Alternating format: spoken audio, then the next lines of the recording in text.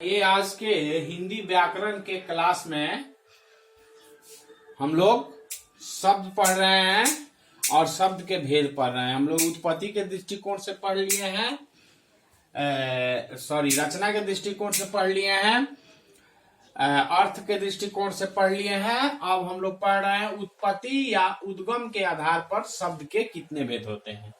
तो आइए जानते हैं उत्पत्ति या उद्गम के आधार पर शब्द के 4 भेद होते हैं। पहला है तत्सम, दूसरा है तद्भव, तीसरा है देशज और चौथा है विदेशज। तो पहला जानते हैं तत्सम किसे कहते हैं। संस्कृत के वे मूल शब्द जो हिंदी में ठीक हूबहू प्रयोग किए जाते हैं तो उसको हम लोग तत्सम शब्द कहते हैं।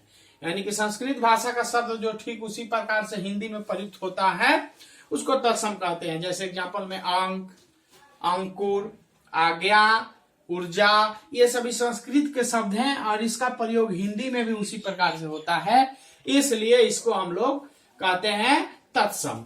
अब दूसरा आते हैं तद्भव। तद्भव की क्या परिभाषा है? तो हिंदी में प्रयुक्त संस्कृत के बिगड़े रूप को तद्भव कहते हैं।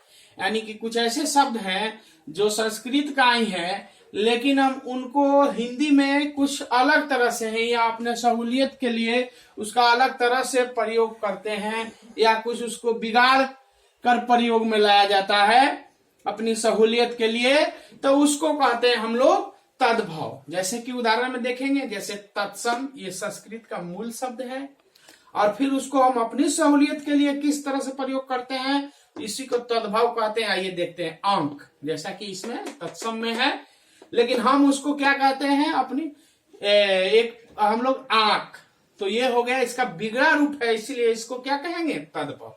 अग्नि, अग्नि को हम लोग क्या कहते हैं आग, तो यह अग्नि तत्सम शब्द है लेकिन इसका बिगड़ा हुआ रूप आग है, इसलिए ये हो जाएगा तद्भव। अष्ट, जिसको हम लोग क्या कहते हैं, क्या लिखते हैं 8।